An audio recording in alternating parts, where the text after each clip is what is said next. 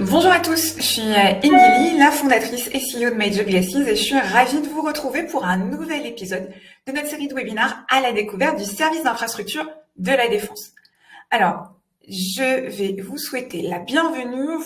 Ceux qui ne nous rejoignent pas pour la première fois et qui ont l'habitude d'être avec nous, savent que en bas à droite, il y a un petit onglet chat dans lequel je vais vous inviter à me faire un petit coucou comme vient de le faire Inès. Hello Inès.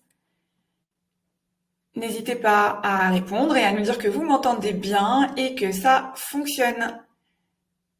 Salut Arthur.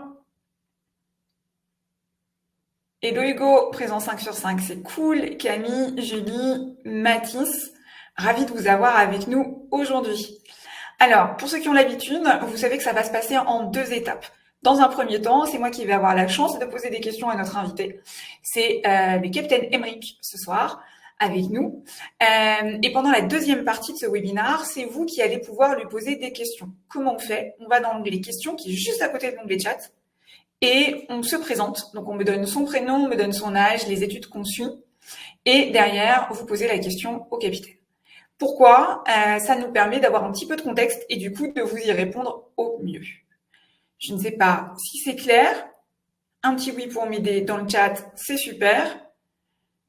Et puis Inès vous a rappelé comment on fait si on a des petits problèmes. Et puis elle va vous dire après comment on fait pour poser des questions.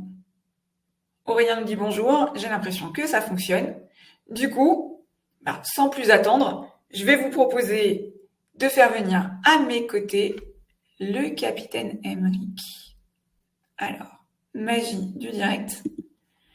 Déjà, il faut que je retrouve Emeric au milieu de tous les participants.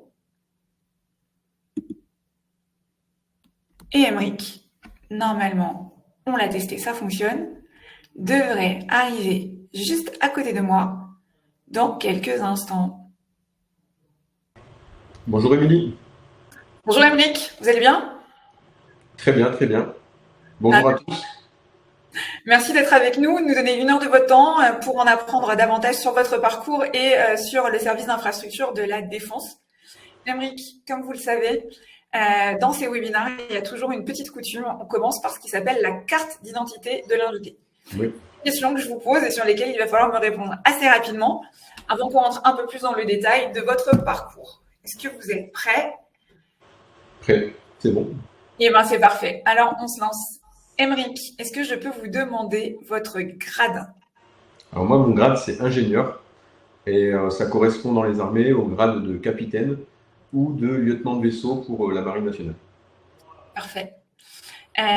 Votre âge? J'ai 35 ans. Et vous êtes au sein... Pardon? Allez-y, allez-y.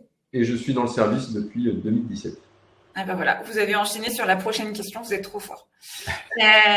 Donc vous avez rejoint le SID, service d'infrastructure de la Défense, en 2017. S'il y avait un seul meilleur souvenir au sein du SID à nous partager? Alors, j'en ai plusieurs.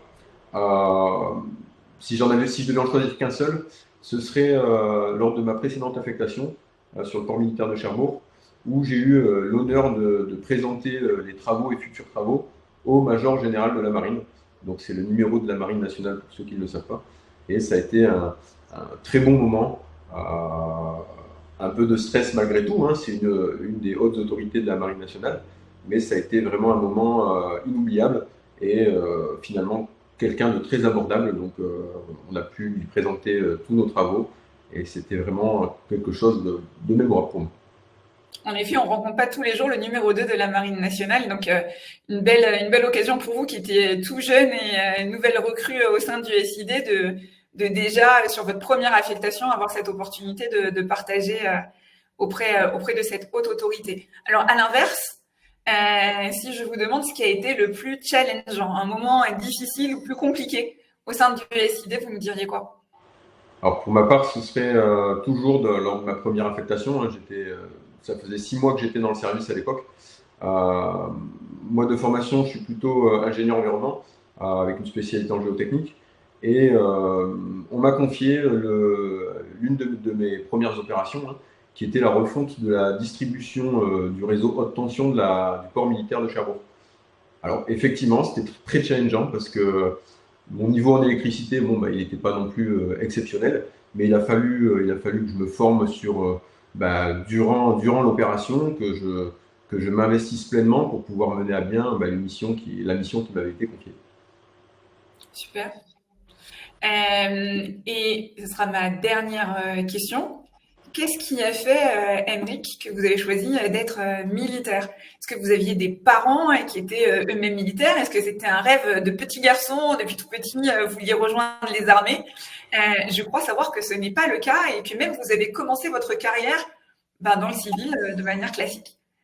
Et effectivement, après mon diplôme en 2013, j'ai occupé un premier poste de conducteur de travaux pour une entreprise qui déployait des infrastructures de télécommunications. Et c'est à l'issue de cette première expérience professionnelle que j'ai décidé de prendre une année de césure. Je suis parti en Nouvelle-Zélande, beaucoup réfléchi à cette période-ci de ma vie. Et à la fin de ce séjour, mon choix était fait d'orienter ma carrière plutôt au service de la France et de rejoindre par conséquent le ministère des Armées. Et donc le service d'infrastructure de la défense. Parce que je cherchais quelque chose, bien évidemment, en adéquation avec le diplôme que j'avais eu. Et du coup, vous rentrez dans un CIRFA, vous échangez avec des militaires. Comment ça se passe? Comment vous mûrissez cette décision? Alors, pour ma part, c'est un peu plus particulier. J'ai pas forcément franchi la porte d'un CIRFA directement. Comme je vous l'ai dit, j'étais en Nouvelle-Zélande quand j'ai fait ce choix. Et pour intégrer le service à l'époque, il fallait que je monte un dossier administratif. Et dans ce dossier administratif, l'une des pièces nécessaires pour finaliser le dossier, c'était une visite médicale dépendant d'un médecin militaire. Étant en Nouvelle-Zélande, c'était assez compliqué d'avoir un médecin militaire français à proximité. Et ni une ni deux, j'ai quelque part sauté dans un avion, direction la Nouvelle-Calédonie. C'était le territoire français le plus proche. Et j'ai pu passer ma visite médicale à Nouméa et compléter et surtout finaliser mon dossier de candidature pour le poste d'ingénieur militaire. Parfait. Merci. Pour cette première partie, du coup, je vous propose de passer dans la deuxième où on va rentrer plus longuement sur votre parcours. Vous quittez l'école, vous faites un premier poste dans le civil, vous partez, vous nous l'avez dit, un an en sabbatique.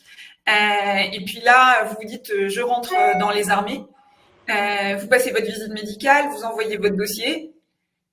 De ce que je comprends, ça a bien marché puisque vous êtes là. C'est quoi, c'est quoi la première étape? C'est une école?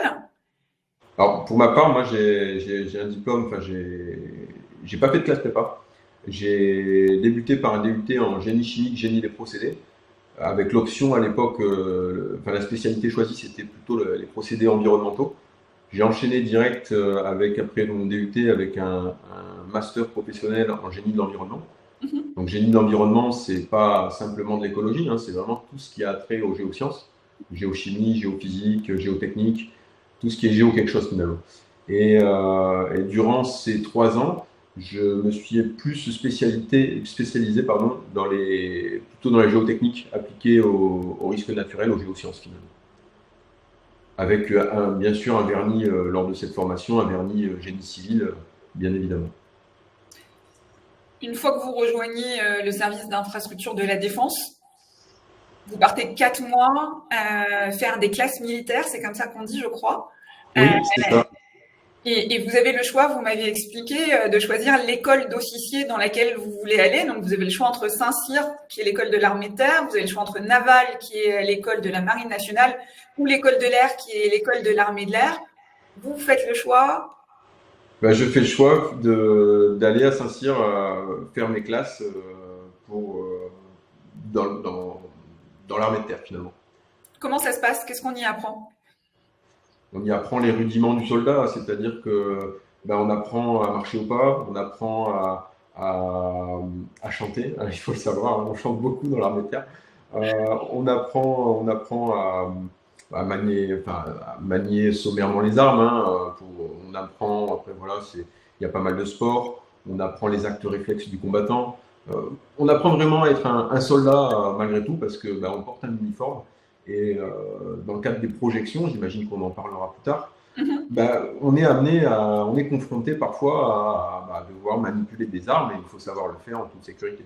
Donc voilà, on y apprend les rudiments du soldat, on fait des marches, des courses topographiques, on apprend à manier une boussole, à bivouaquer. Je vous assure qu'au mois de décembre, à Guerre, c'est très sympathique. Très sympathique. J'avais des gens avec moi qui n'avaient jamais été, ne serait-ce qu'en camping, donc effectivement, ça leur a fait bizarre. Et là, vous n'êtes pas qu'avec des personnes du SID, vous êtes mélangé avec plein de personnes qui vont officier sous contrat comme vous et qui viennent de rejoindre soit le SID, soit l'armée de terre finalement sur d'autres fonctions. Effectivement, en l'occurrence à Saint-Cyr, il y avait deux filières OSC. Il y avait une première filière OSC dit OSCS pour spécialistes, filière dans laquelle j'étais avec d'autres camarades ingénieurs militaires et d'autres camarades qui étaient amenés à être juristes pour l'armée de terre, amenés à être prof d'histoire pour l'un. J'avais l'un de mes camarades à l'époque qui est toujours, hein, qui est chef de musique. Ça vient vraiment tout horizon en fait. Et après, une deuxième filière, on n'était pas forcément avec eux, mais on avait des activités communes, c'est les officiers sous contrat encadrement.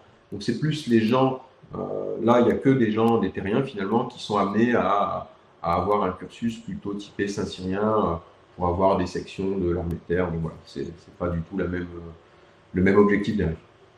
À l'issue de ces 4 mois de formation où vous êtes passé de civil à militaire finalement avec tous les codes, tous les éléments, vous partez directement sur votre première affectation dont vous avez parlé tout à l'heure. Effectivement, je finis mes classes le 31 mars, où on a une petite cérémonie de baptême finalement qui permet d'officialiser ben, notre engagement militaire.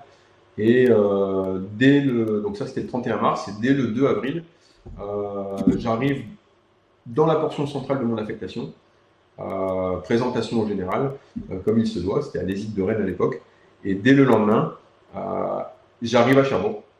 Après, j'avais la chance d'être à l'époque avec deux camarades qui avaient fait leur classe avec moi, et on arrive tous les trois à Cherbourg. Donc ça a cet effet assez rassurant d'aller dans l'inconnu, tous les trois.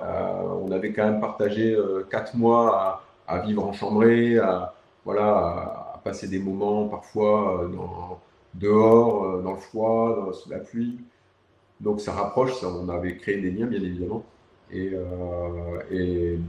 on arrive à 3 à Cherbourg. Et là, changement d'ambiance, parce que moi j'avais choisi l'armée de terre pour ma formation initiale, hein, pour faire mes classes.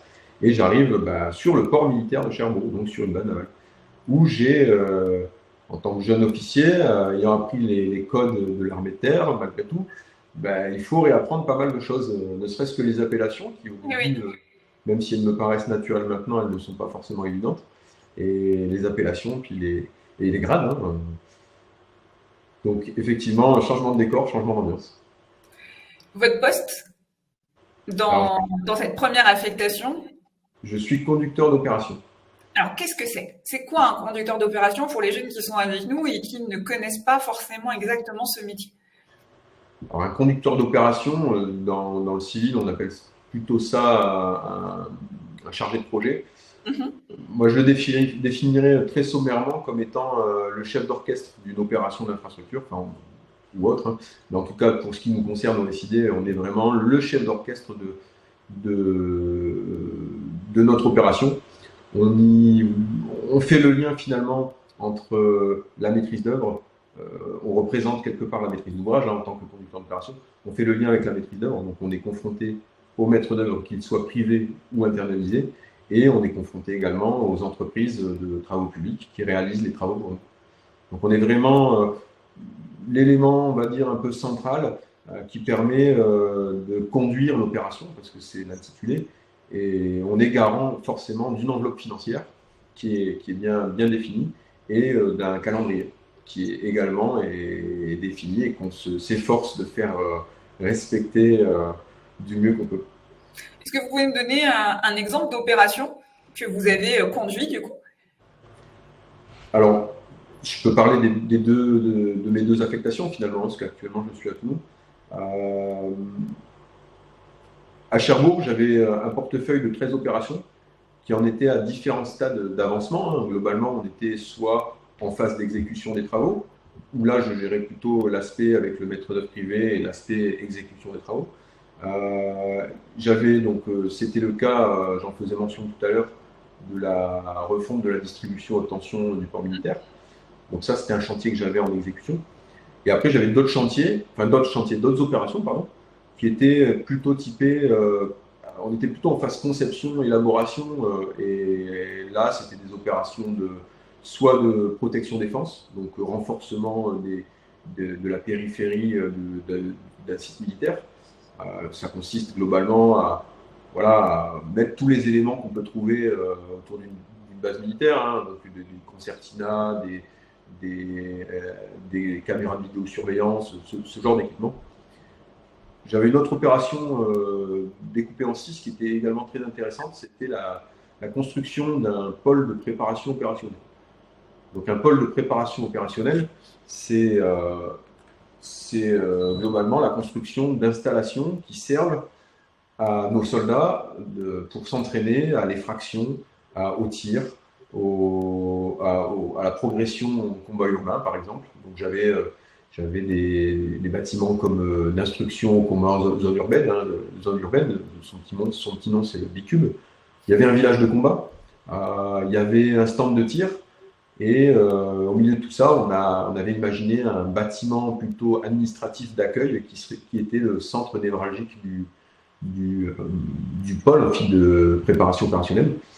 Et pour l'anecdote, je suis en contact toujours avec la personne qui me remplace, qui m'envoie quelques photos, et voilà, le bâtiment administratif est livré, et le Bicube, donc c'est un petit bâtiment où on s'entraîne à l'effraction notamment, est construit également. Donc c'est toujours bien de voir la finalité de son travail. Oui, parce que c'est une spécialité, enfin, c'est quelque chose de spécifique aussi. Alors, pas forcément au SID, mais quand on travaille sur des projets qui sont des projets sur le long terme et qu'en même temps, dans les armées, on est appelé à être, enfin, à changer d'affectation de manière régulière, il est possible que vous soyez sur certains projets, comme vous l'avez dit tout à l'heure, pas forcément à l'initiative et que vous ne voyez pas le projet arriver jusqu'au bout. Donc, vous gérez des projets qui sont à différents moments de leur exécution ou de leur réflexion. Mais c'est rare dans des projets d'envergure comme les projets que porte le service d'infrastructure de la défense que vous puissiez mener de A à Z un projet. Donc c'est bien d'avoir gardé des liens avec ceux qui ont pris votre suite pour finalement voir aussi se terminer des projets sur lesquels auxquels vous avez contribué. Effectivement, malheureusement, même si le mot est un peu fort, une opération d'infrastructure, c'est entre 5 et 10 ans selon la complexité de l'ouvrage qu'on a à réaliser. Et oui, parfois on est à l'initiative. Donc quand on est à l'initiative, c'est le cas pour ce pôle de préparation opérationnelle, hein. On fait toute une étude de faisabilité qui regroupe un peu de technique et surtout des éléments coûts et délais. Et puis on arrive sur une autre affectation, une unité, et on voit même pas la première pierre. Donc ça peut avoir un petit côté frustrant. Mais bon, voilà, comme vous dites, on garde des liens avec les personnes qui nous remplacent. Le monde du SID, c'est quand même un monde où on recroise souvent les gens, et ça permet de voir l'avancée de nos travaux. Si je prends l'exemple de l'affectation dans laquelle je suis, donc je suis affecté à l'ESI de Toulon. Je suis sur le projet Barracuda pour les sous-marins nucléaires d'attaque. Et effectivement, je ne verrai pas la finalité du bassin, donc de la forme de radoux sur laquelle on travaille actuellement, parce que je serai muté avant. Vous avez 2 affectations marines pour quelqu'un qui a choisi de faire ses classes à Saint-Cyr.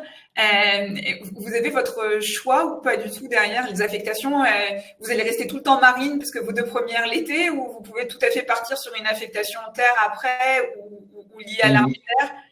Il n'y a pas de règle? Non, il n'y a pas vraiment de règle. Après, on va bien sûr où le service a besoin, mais on a quand même le choix. Il n'y a pas de règle prédéfinie.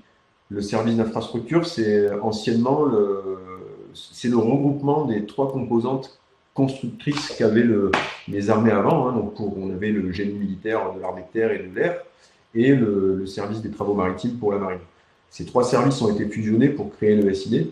Donc effectivement, on est un corps interarmé et on est amené à avoir des affectations sur base aérienne, sur base navale, sur des régiments de l'armée de terre. Il n'y a pas vraiment de règles. Pour en revenir au choix, on émet, lorsqu'on reçoit une fiche de mutation, on émet des vœux qu'on classe. Ces vœux sont associés à des postes qu'on aimerait occuper. Et le gestionnaire fait de son mieux pour satisfaire tout le monde. Et moi, en l'occurrence, Toulon faisait partie de mes choix. Donc, j'étais très content d'arriver à Toulon malgré tout. En parlant de choix, il y a un autre choix que vous avez fait, c'est de partir en OPEX. Oui. Vous expliquez un petit peu les OPEX. Donc, je rappelle, les OPEX sont les opérations extérieures. Vous êtes parti au Tchad, je crois. Je suis parti au Tchad en 2019. Je suis parti au Tchad en 2019 en tant qu'adjoint au chef de l'antenne infrastructure.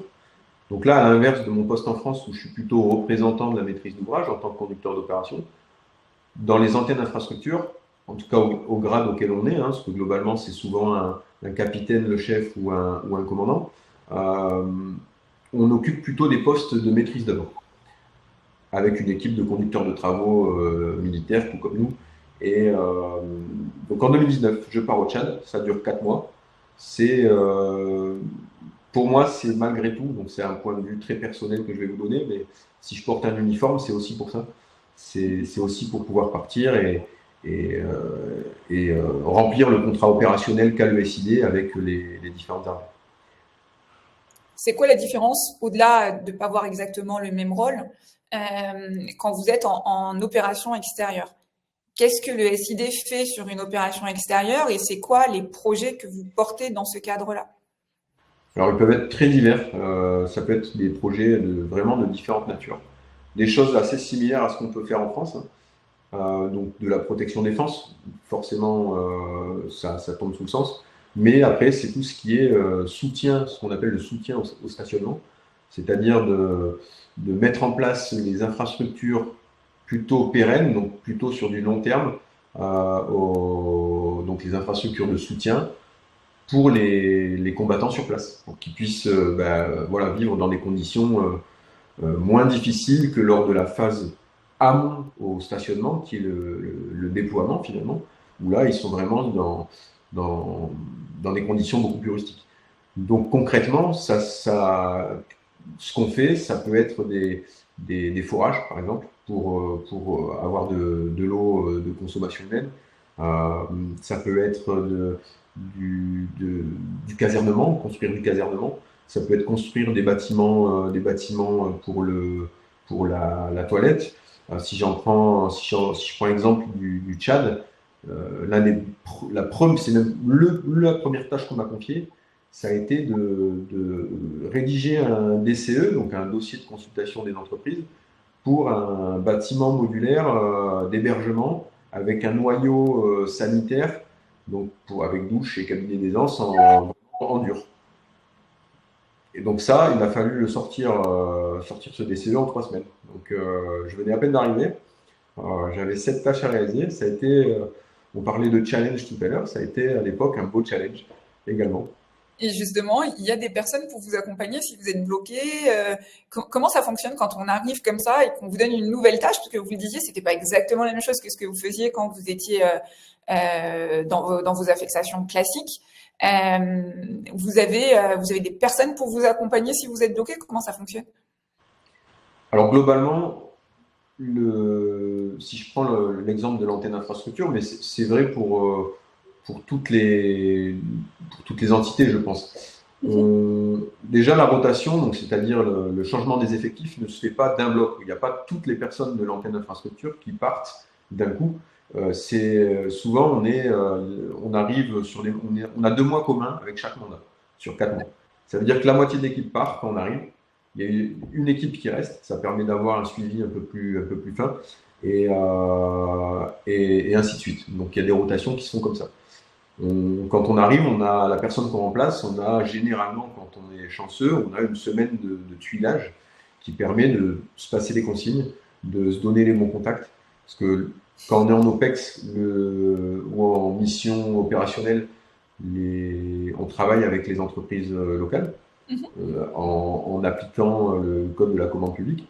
Et voilà, ça permet de se faire ce portefeuille de contacts très rapidement et de pouvoir dérouler l'opération sans qu'il y ait une césure trop brutale.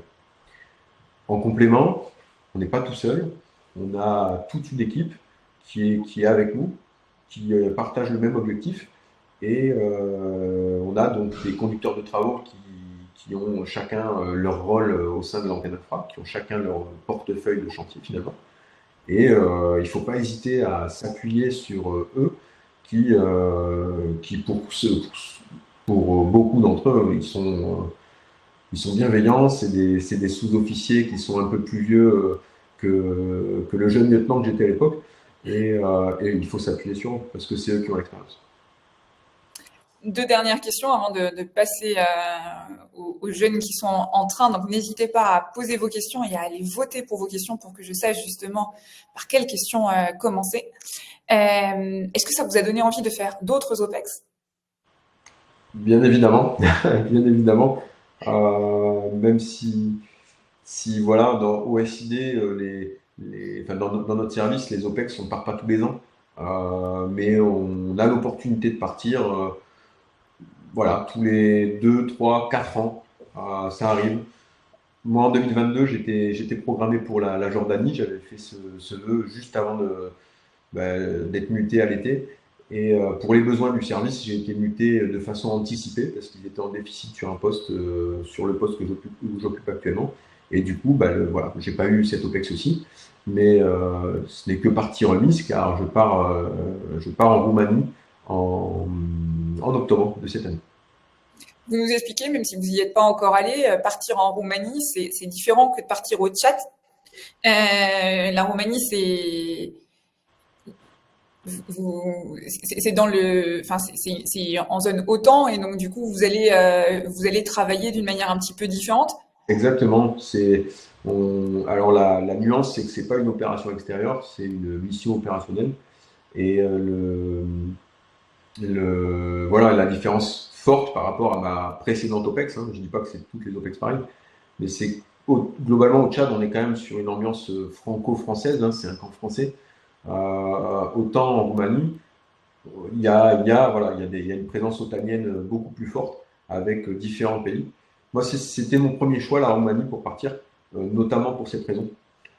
Après, en termes de différence, il y a bien sûr le climat qui ne sera pas le même.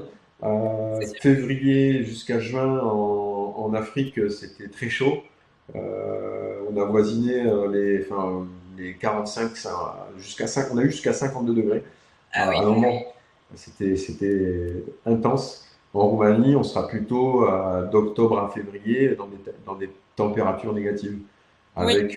avec toutes les contraintes pour l'infrastructure que ça peut imposer, notamment bah, typiquement faire du béton à -20. Bon, je pense pas que ce soit l'idéal. Donc voilà, il y aura d'autres missions. Je pense que ce sera tout aussi intéressant dans une toute autre ambiance. Et voilà, c'est ce qui fait aussi la richesse de nos postes dans le service. C'est d'être confronté très souvent à des changements, que ce soit en métropole quand on est muté, hein, parce qu'on est muté pour plusieurs raisons, mais déjà pour monter en compétences, pour devenir plus polyvalent. Et puis voilà, ces OPEX sont aussi une opportunité de se challenger soi-même finalement. Il vous faut parler anglais du coup. Oui, j'imagine qu'il faut parler anglais. C'est important quand on est recruté au sein du SID de parler anglais. Comme sur n'importe quel poste d'ingénieur finalement, que ce soit dans le privé ou au sein du service public, je pense que voilà, en 2024, à ces postes-ci, voilà, il faut avoir quand même il faut savoir se faire comprendre en anglais. Pour ma part, j'ai eu la chance de pouvoir faire des stages durant ma formation universitaire à l'étranger. Pour pas les citer, je suis parti 4 mois en Finlande, je suis parti au Canada pendant 7 mois et j'ai fini juste après mes études par une année en Nouvelle-Zélande. Donc bon, j'ai pas d'appréhension du moins sur ce point-ci. Et dernière question avant de prendre les questions des jeunes. On a beaucoup parlé de vous en tant que militaire au sein du SID. Le SID, c'est aussi beaucoup de civils de la défense qui sont présents à vos côtés. Oui. Comment ça fonctionne dans vos équipes, dans les personnes avec lesquelles vous interagissez? Il n'y a pas que des personnes en uniforme, il y a aussi des civils qui Il y a travaillent. aussi des civils qui sont recrutés de différentes manières. Ça peut être par le biais du concours, ça peut être ça il faut le savoir, je pense que ça intéressera le public, c'est qu'on recrute aussi des agents sous contrat, avec potentiellement selon les profils des CDI à la clé. Après, voilà, on travaille, c'est un service qui est mixte. On a à peu près, si j'ai bien les chiffres en tête, c'est 65% de civils ou 70 pour 35% de militaires, 30-35% de militaires. Donc effectivement, on n'est pas majoritaire dans le service.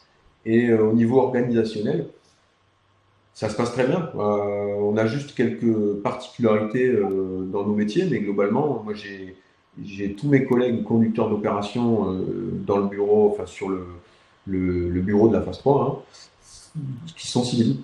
La chef est militaire, moi je suis militaire et les autres sont civils. Ça pose aucun souci particulier. On n'a juste pas le même statut, mais pour des raisons bien spécifiques. Parfait. C'était juste pour le préciser parce qu'on a peut-être des jeunes qui sont avec nous et qui sont intéressés pour rejoindre le service d'infrastructure de la défense en devenant militaire comme vous, ingénieur militaire d'infrastructure, et pour d'autres, peut-être, en tant que civil de la défense, qui est une autre possibilité pour rejoindre le SID.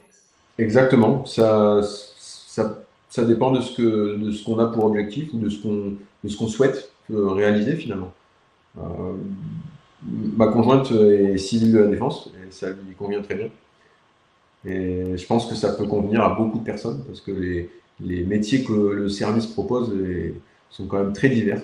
Et je pense que chacun peut trouver chaussure à son pied dans le service. Alors, si je prends les questions des jeunes, on a une question d'Arthur qui a 25 ans, qui est ingénieur structure, tout juste diplômé de l'INSA Strasbourg. Sa question, c'est qu'est-ce qui vous a motivé à passer du secteur privé au service d'infrastructure de la défense? Vous l'avez un petit peu expliqué tout à l'heure, mais si on peut peut-être revenir sur les motivations en fait en vous disant bah, le métier que je fais et que j'exerçais dans le privé, finalement, je peux aller le faire au sein des armées. Oui, bah, pour ma part, moi, ça a été plus une histoire de conviction personnelle. J'ai travaillé dans le privé, bon, c'était très bien. Je n'ai pas de regret à avoir fait cette expérience, bien au contraire, parce qu'elle a été formatrice.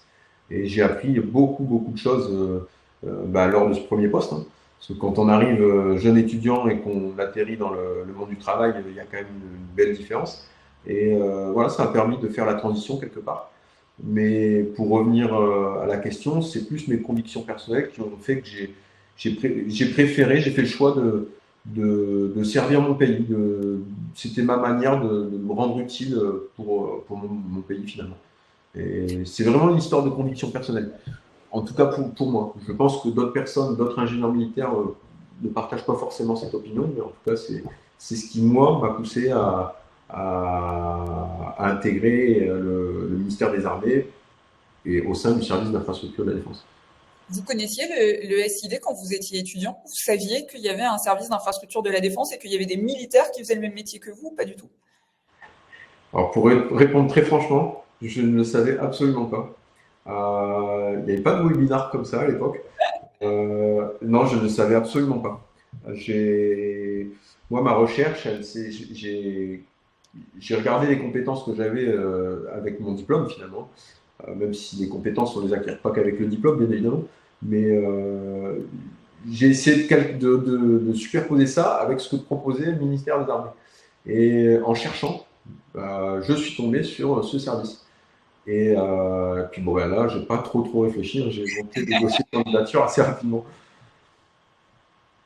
Ok. Je crois que j'ai un petit souci d'internet, donc c'est embêtant. Je ne sais pas si vous m'entendez. Je vous entends. Ah bah parfait. Du coup, j'ai une autre question. Hugo, qui ne s'est pas présenté, qui demande s'il est possible pour vous de nous partager une journée type.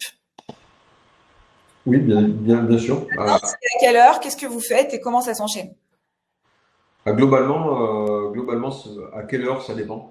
Pour moi, ça dépend parce que j'ai des enfants. Et quand ma conjointe les amène, j'arrive plus tôt. Et inversement, j'arrive plus tard quand c'est moi qui les amène. Donc vous êtes un Mais papa classique comme on a dans plein d'entreprises finalement. c'est tout à fait possible d'avoir une vie de famille au sein du ministère. Après, il faut faire quelques concessions, bien évidemment. Mais ça va avec l'uniforme qu'on porte. Donc, il faut accepter les contraintes, c'est tout. Enfin, les contraintes, les particularités, je dirais. Pour décrire une journée type, globalement, moi, ici, je suis conducteur d'opération sur un chantier de continuité de service. Donc, globalement, c'est du dévoiement de réseaux divers à l'ouest d'une installation sensible. Euh, Moi, ma journée type, vu que là, je suis en phase d'exécution des travaux, globalement, c'est de voilà, traiter les travaux modificatifs. Ça peut être de participer aux différentes réunions que mène le maître d'œuvre avec les entreprises. C'est répondre à des mails, c'est aller sur le chantier. C'est finalement assez classique, hein. Un chargé de projet dans le privé ferait globalement la même chose. Mais voilà une journée type pour moi. Après, parfois, on peut avoir des besoins différents. Voilà, il faut aussi continuer ça c'est sur l'aspect ingénierie, mais sur l'aspect militaire, parce qu'on est quand même aussi militaire, ça peut être de se requalifier pour les différentes armes sur lesquelles on tire et qu'on doit apporter sur les théâtres d'opération. Globalement, voilà, c'est assez varié. Je vous avoue que bon, on fait beaucoup plus d'ingénierie que de tir, hein, c'est normal. Mais voilà, une journée type, ça peut être ça. Si j'espère avoir répondu à la question d'Arthur. Est-ce que, comme certains autres militaires, vous avez des moments de sport, moments de cohésion, etc., ou pas forcément?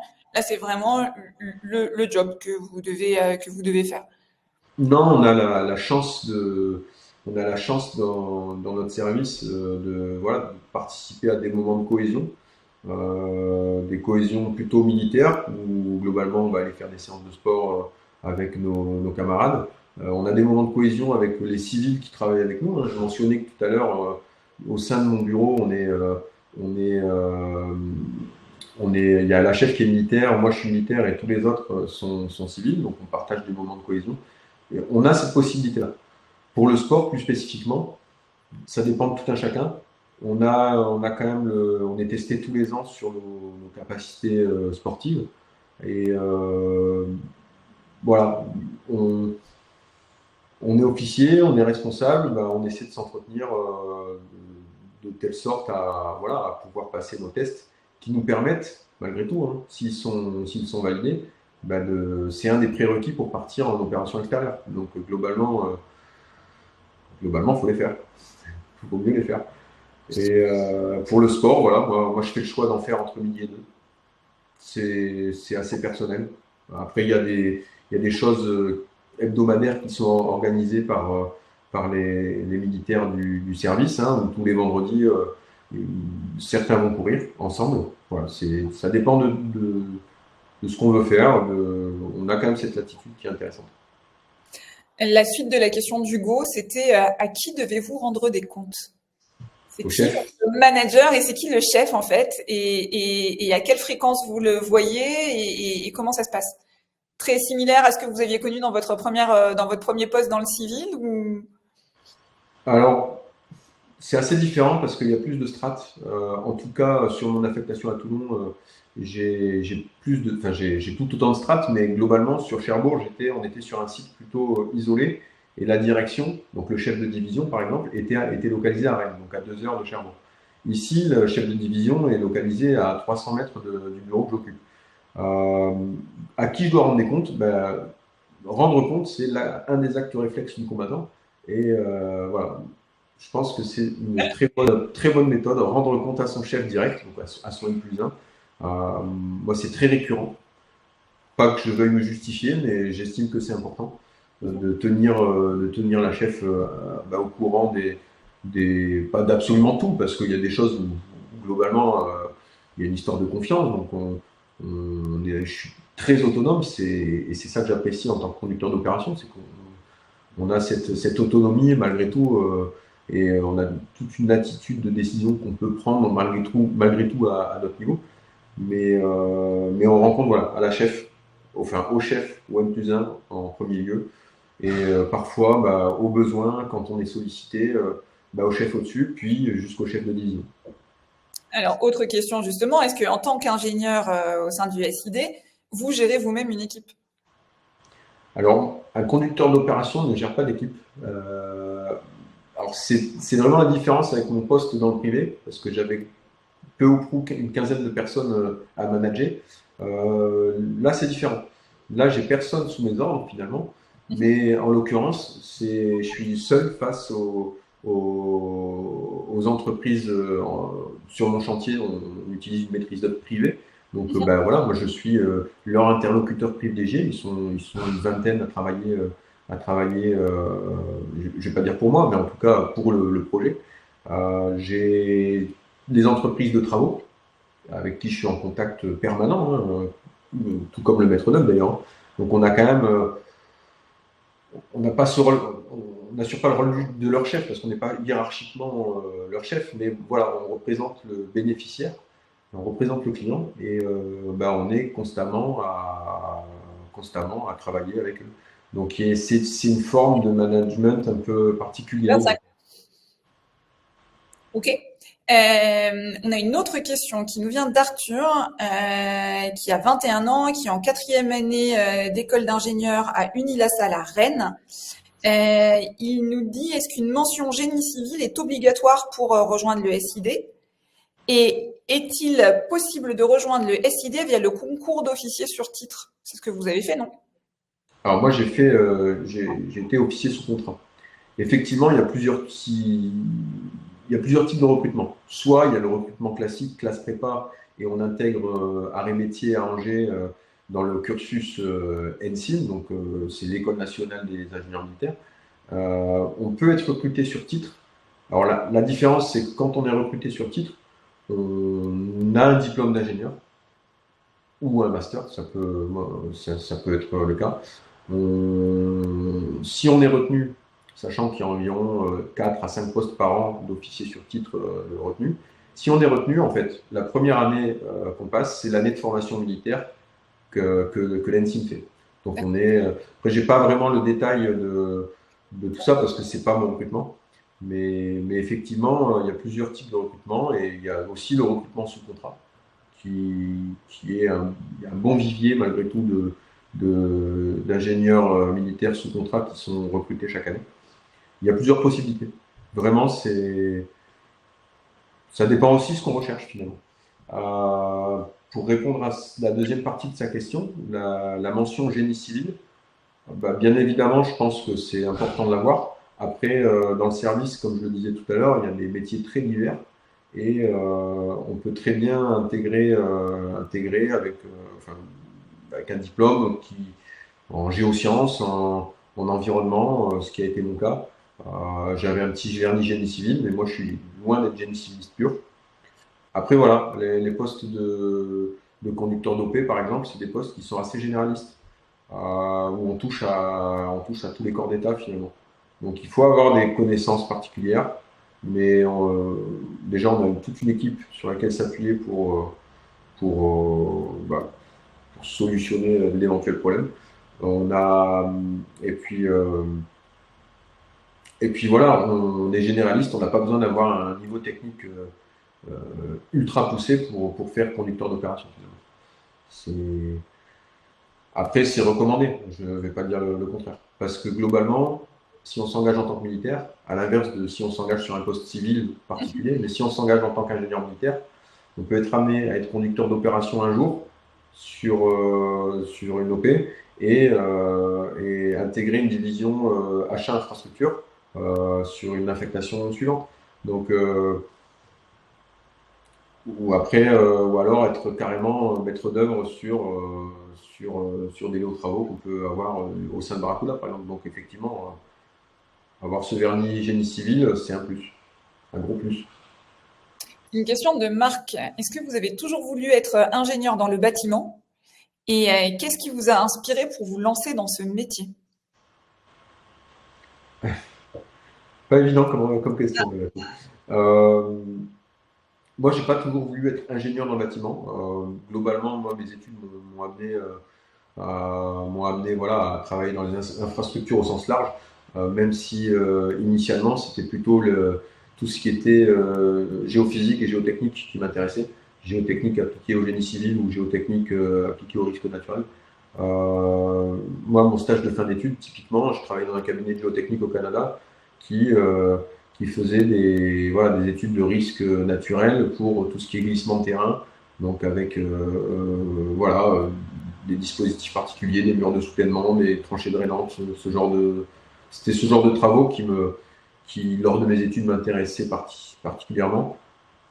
Après, voilà, en intégrant le service, pour rien vous cacher, sur mon premier poste, j'avais été recruté notamment pour cette composante géotechnique que j'avais, parce que les tâches que j'avais à réaliser, les premières tâches que j'ai eu à réaliser, c'était de rédiger des dossiers de consultation des entreprises pour des marchés publics en géotechnique. Parce qu'on avait beaucoup d'investigations géotechniques à réaliser sur Cherbourg à ce moment-là. Et donc j'ai répondu à un besoin sur un instant donné. Mais ça n'a été qu'un instant parce qu'ensuite j'ai fait d'autres choses finalement. Et on se forme tout au long de sa carrière, donc c'est important. C'est important. Alors, on a une question de Clément qui est étudiant en première année à l'EIDD à Paris. Il vous demande quel est le meilleur conseil professionnel que vous avez reçu durant votre jeune carrière que vous pourriez à votre tour transmettre à un jeune qui hésite à intégrer le SID. Il y a eu un conseil particulièrement marquant ou quelque chose qui vous a vraiment aidé dans votre carrière et que vous pourriez à votre tour transmettre? Bah, j'ai plusieurs conseils qui me viennent en tête. Euh, Moi, je pense il faut s'appuyer sur les gens, écouter les gens qui ont l'expérience, peu importe le grade ou peu importe le, si le grade pour les civils, ça vaut pareil. Mais et après, le meilleur conseil que je pourrais donner, c'est voilà, d'être curieux et de savoir s'adapter à son environnement. Et je pense que voilà, s'adapter, c'est vraiment, je pense, ce qui est important dans le service. Être capable de s'adapter dans le service d'infrastructure de défense, de mon point de vue, c'est un des meilleurs conseils que je pourrais donner. Parce qu'on peut être amené à faire des métiers très divers finalement. Alors justement, vous parlez de diversité des métiers au sein du SID. On a une question d'Amélie qui est étudiante en terminale et elle demande est-ce qu'il y a des métiers plus généralistes au sein du SID ou c'est que pour les ingénieurs? Est-ce que vous pouvez justement nous parler un peu des différents métiers du SID et même de manière plus large, de bien comprendre les personnes avec lesquelles vous travaillez? Au sein du SID, au-delà des ingénieurs militaires d'infrastructure et donc vous dans votre poste de conducteur d'opération, c'est qui les différentes personnes avec lesquelles vous travaillez? Peut-être en nous réexpliquant du début jusqu'à la fin d'un projet un petit peu les différentes parties prenantes qui vont rentrer en jeu. Pour moi, dans le service, on a quand même on a beaucoup de métiers différents à des niveaux post-bac, si je puis me permettre, différents également.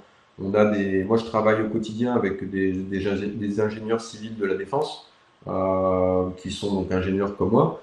J'ai des techniciens des études et fabrication, en gros des techniciens qui travaillent également au quotidien avec nous. Et on a des contrôleurs de travaux qui n'ont pas forcément de bac plus 2 ou de bac plus 5. Il y a vraiment tous les métiers. On a un bureau d'études nationales qui est situé à Paris, enfin à Versailles précisément, et où là on a vraiment des experts dans leur domaine. Mais voilà, on a toute une latitude de métiers à différents niveaux post-bac, on va dire. Euh, il n'y a pas vraiment de. Voilà, j'ai travaillé beaucoup à Cherbourg avec un dessinateur projeteur qui était excellent. Hein. Je parlais du pôle de préparation opérationnelle tout à l'heure, sans faire de BIM particulièrement, donc vraiment de la 3D avec toute la convention BIM, etc. Et il nous a fait une maquette 3D de notre village de combat exceptionnel. Et voilà, à mettre dans une étude, ça fait son petit effet. Donc il y a vraiment des métiers très différents. Je suis pas sûre que les jeunes connaissent le BIM. Est-ce que vous pouvez expliquer ce que c'est? Bah, en deux mots, le BIM, c'est vraiment c'est une maquette 3D pour faire très simpliste. Après, je suis pas du tout expert dans le domaine, donc je vous apporte les connaissances que j'ai. Mais globalement, voilà, nous, on se sert du BIM au quotidien ici parce qu'on a différentes entreprises qui travaillent sur différentes portions du projet, et ça nous permet de confronter nos maquettes, donc nos maquettes 3D, d'identifier où on peut avoir des clashs, enfin des choses qui, si on les fait, ne seront pas possibles. Voilà, on se sert du BIM pour cet aspect-ci. Une autre question, quelles sont les technologies ou les innovations récentes que vous utilisez dans votre travail au sein du SID? Est-ce que justement les nouvelles technologies affectent votre travail au sein du SID? Est-ce qu'il y a de l'IA qui est utilisée dans vos projets? Est-ce qu'il y a, je sais pas moi, d'autres technos, la blockchain par exemple? Vous avez parlé de BIM tout à l'heure, donc ça me fait penser à ça. Très sincèrement, je pense pas qu'on utilise encore la blockchain. Après, des technologies innovantes, globalement, c'est tout ce qui a trait, en tout cas pour le service, à une des composantes, un des grands enjeux du service, qui est la cybersécurité, donc qui fait appel, voilà, à des connaissances particulières, à des règles particulières, car on est sur des sites systématiquement sensibles, hein, sur des sites militaires finalement. Donc effectivement, tout ce qui est relatif à la cybersécurité, c'est suivi de près. Je parlais de protection défense tout à l'heure. Voilà, on met en place des dispositifs de vidéosurveillance asservis à des dispositifs de détection intrusion. C'est des choses qui existent au sein et qu'on contractualise. Voilà, sur l'aspect cybersécurité, ce que je peux dire. D'autres technologies qui me viennent en tête comme ça, je dirais peut-être tout ce qui est relatif aux énergies, où malgré tout le ministère est très engagé, et le service de fait est très engagé dans tout ce qui est environnement finalement. Donc là, c'est toutes les technologies d'isolation, le solaire, tout ce qui est un peu voilà, relatif à l'éco-construction finalement. On essaie de les intégrer dans nos projets dès lors que c'est possible, parce que parfois des enjeux opérationnels font que on ne peut pas mettre du solaire sur un bâtiment qui doit être alimenté en électricité 24 heures sur 24 et 7 jours sur 7. Donc c'est Très clair. voilà. Je ne sais pas si je réponds exactement à sa question. J'espère que je lui apporte quelques pistes. On a une question de Julie qui est étudiante en dernière année à Centrale Supélec. Elle demande si vous pouvez nous partager vos conseils pour concilier les exigences de votre travail avec votre vie personnelle. Alors, vous l'avez dit tout à l'heure, on peut avoir une vie de famille quand on est ingénieur d'infrastructure militaire, ingénieur militaire d'infrastructure au sein du service d'infrastructure de la Défense. Il y a des conseils où finalement c'est assez simple. Je pense ma conjointe qui me regarde, peut-être qu'elle pourrait ajouter d'autres aspects, mais je pense qu'il faut communiquer, pas hésiter à communiquer, parce que c'est quand même, voilà, un poste, c'est entre 3 et 5 ans, on va dire. Donc ça veut dire que tous les 3 et 5 ans, on est amené à être muté. Moi, j'ai fait Cherbourg-Toulon, donc c'était quand même diamétralement opposé. Voilà, je pense qu'il faut communiquer à la fois avec sa hiérarchie, puis avec les personnes avec qui on partage notre vie. Moi, j'ai 2 enfants. Je sais que je serai amené à faire d'autres choix plus tard. Voilà, c'est possible. Il y a rien d'impossible. Hein. Je pense que chez certains gros acteurs du privé, hein, il y a des contraintes relativement similaires. On pourrait parler de tout ce qui est grand déplacement pour les besoins d'un projet particulier. Les, c'est pas les collaborateurs qui m'entourent qui diront le contraire, je pense. Donc voilà, moi j'ai des personnes ici qui sont en grand déplacement dans une entreprise, une grosse entreprise française connue. C'est pas forcément facile non plus, mais il n'y a rien d'impossible. Je pense il faut se donner les moyens voilà, il faut se donner les moyens de pouvoir le faire. Après, ça dépend des choix de vie qu'on fait. Euh, Si on veut être militaire et être dans un petit village, c'est pas forcément et pas bouger de sa vie, c'est pas forcément possible. Enfin, C'est compatible en tout cas. les meilleurs choix à faire, en effet. J'ai 2 dernières questions que je vais essayer de poser. Au quotidien, vous êtes plutôt au bureau ou sur le terrain? Je fais beaucoup de bureaux. Clairement, je fais beaucoup de bureaux parce que on a quand même, en tout cas dans le rôle de conducteur d'opération, on a quand même une production documentaire à assurer. On doit tout ce qui est travaux modificatifs, donc des travaux complémentaires qu'on doit traiter qui n'étaient pas initialement prévus, bah voilà, ça demande de la justification, de l'analyse de prix, de l'analyse technique aussi malgré tout. Et donc effectivement, je fais pas mal de bureaux. Après, tout le monde ne fonctionne pas comme moi. Hein. Je ne veux pas faire une généralité. Globalement, pour ma part, moi, je trouve très important d'aller sur le chantier et j'y vais globalement quand c'est nécessaire, quasiment tous les jours, même si c'est très succinct. Après, voilà, quand c'est plus calme dans l'exécution des travaux, j'essaie d'y aller une fois par semaine.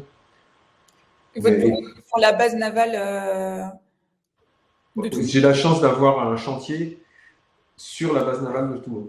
Donc moi, mon bureau est à 200 mètres de l'entrée du chantier. C'est pas mal. Donc c'est très confortable et c'est pas le cas de c'est pas le cas de tous les services. Globalement, j'ai des camarades qui ont des travaux à différents endroits de Toulon.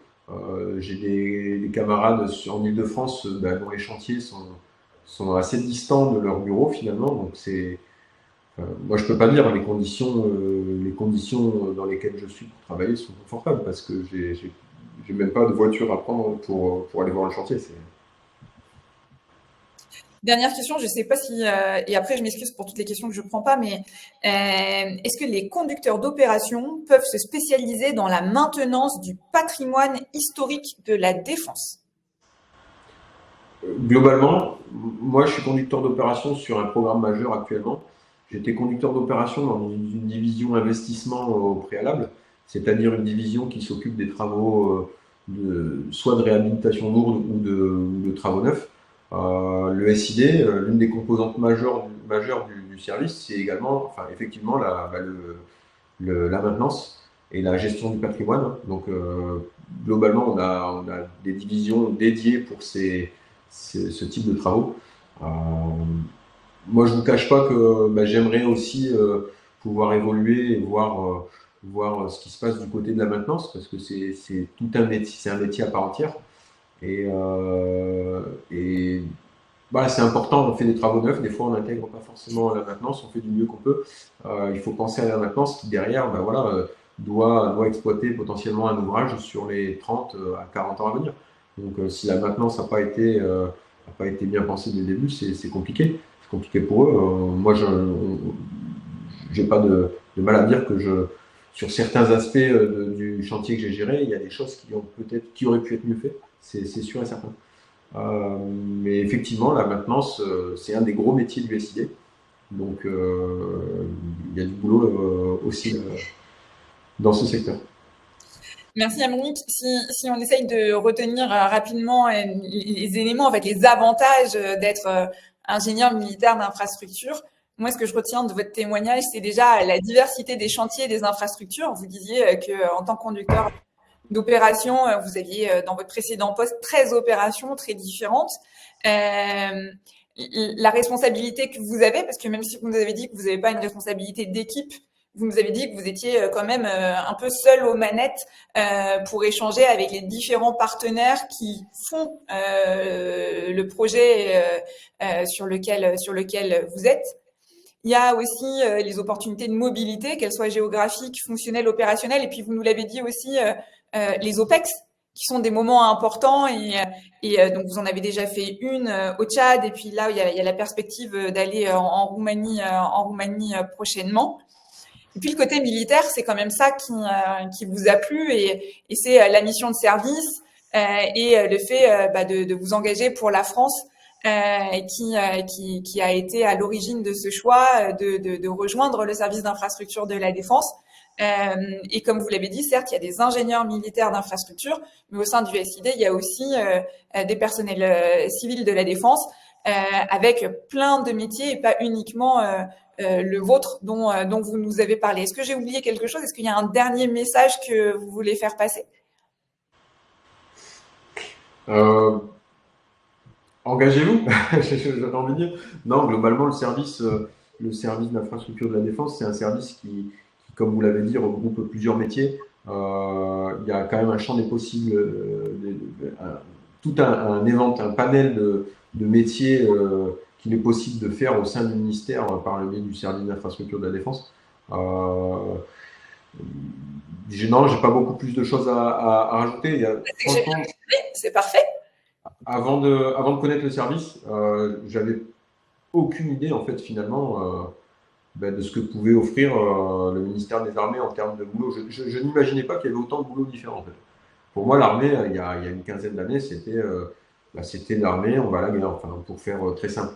C'est assez simpliste, mais c'est vrai que quand on s'y intéresse pas forcément, quand on est plus jeune, on s'imagine pas tout ce qu'un ministère, tout ce qu'une administration peut offrir en termes de métier. Merci infiniment, Émeric. Merci à vous tous qui étiez présents avec nous et qui avez posé plein de questions. C'est le dernier épisode de la saison, donc on vous donne rendez-vous après une pause estivale bien méritée. Si vous passez votre bac, on est tout cœur avec vous. Si vous êtes dans vos examens de l'enseignement supérieur aussi, si vous avez déjà fini et que vous êtes en vacances, profitez bien. Et puis on vous donne rendez-vous à la rentrée pour vous faire découvrir d'autres parcours inspirant comme celui d'Émeric, que je remercie encore d'avoir été avec nous aujourd'hui. Merci à tous. Merci à vous. Et puis à très bientôt. Au revoir.